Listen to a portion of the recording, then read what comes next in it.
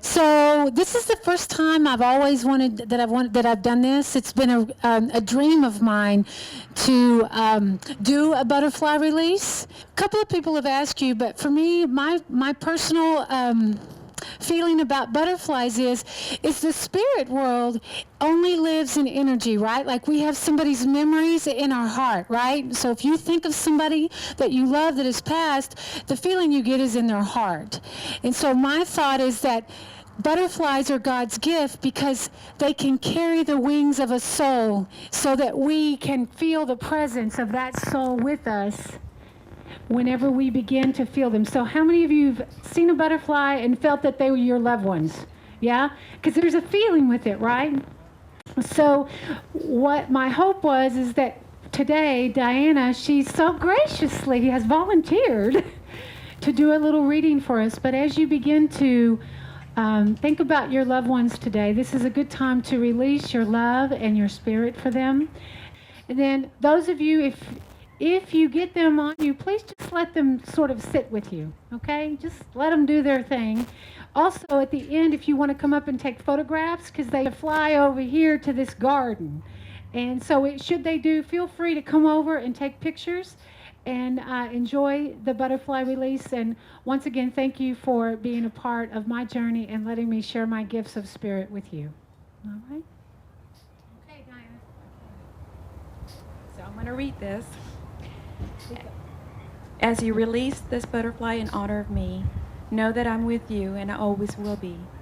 Hold a hand, say a prayer. Close your eyes and see me there. Although you may feel a bit torn apart, please know that I'll be forever in your heart. Now fly away, butterfly, as high as you can go. I'm right there with you, more than you know. And I have that as a copy. So Diana, this was our instructions. Right? I'm just going to remove the ribbon, and open it up. Just open. Oh, mercy. That's pretty cool.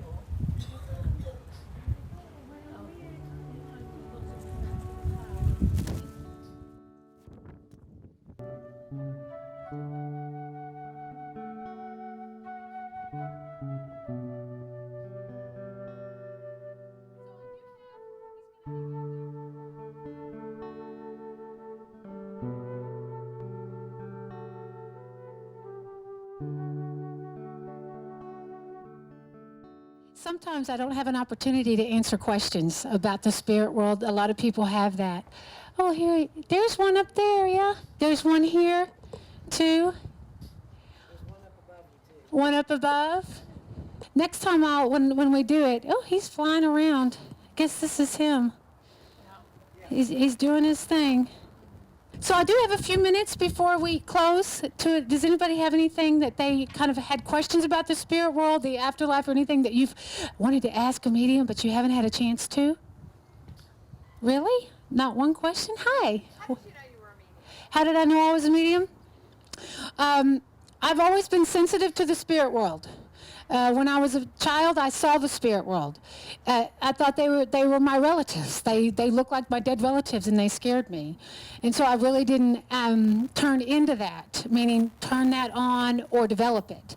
It wasn't until I was in my 30s and I really began to meditate a lot more and really become opening to other energy and other sensations and other intuition that I was sitting at work one day.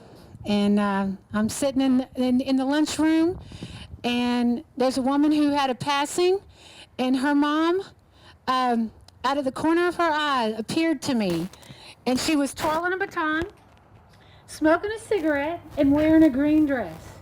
And she was like a holograph of like an old Polaroid, like over and over again, like a Polaroid. And this lady, she's crying. I said, well, she goes, I miss my mom. I go, I think your mom is right here.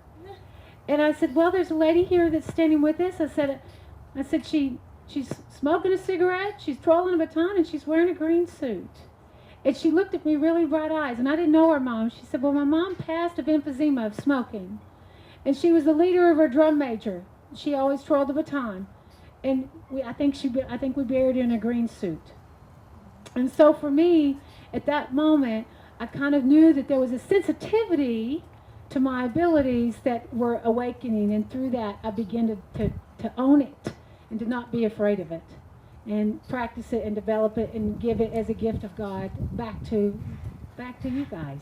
If I have it, I'm going to share it. Do you have a problem at night going to sleep? Do I? No, actually, I don't have a problem going tonight. The question is, do I have a problem? No, because a lot of people see the spirit world right before they go to sleep and right when they wake up, right? Any of you ever had that? That's because your brain is not trying to figure out what's going on. You're just receiving the signal. And so for me, I don't have no problems because I just tell them. And I also don't watch scary stuff either. Yeah, and I don't watch cold case files, and I don't go find missing children, and I don't solve murders. I chose that for me personally because I don't have the stomach for it. But there are some people that are gifted that way, and I encourage people, if you're drawn to help and use your gifts in that way, to really explore that. Because you could be a blessing to other people where I personally I'm just not wired for it. I'd go to bed crying every night, feeling like I didn't do enough, and that would be something to be hard on me. What else? Anybody else have any questions? No?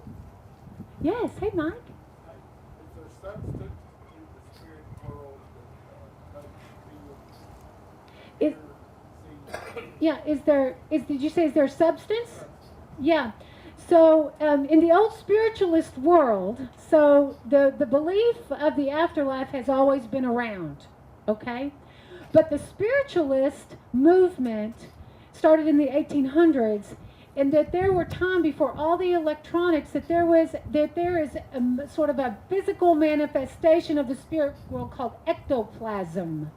Okay, and it's like a fog, and as mediums that are trained can develop in a circle and develop the energy to allow the spirit to manifest more physically, there is a field of ectoplasm that is around them. For me, that's physical mediumship.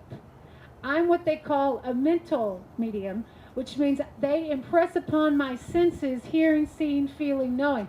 I feel them the same way, but I don't, because of where my development is, my gift is not with the ectoplasm, but it is available, it is there, there is that kind of power that physical manifestation is there.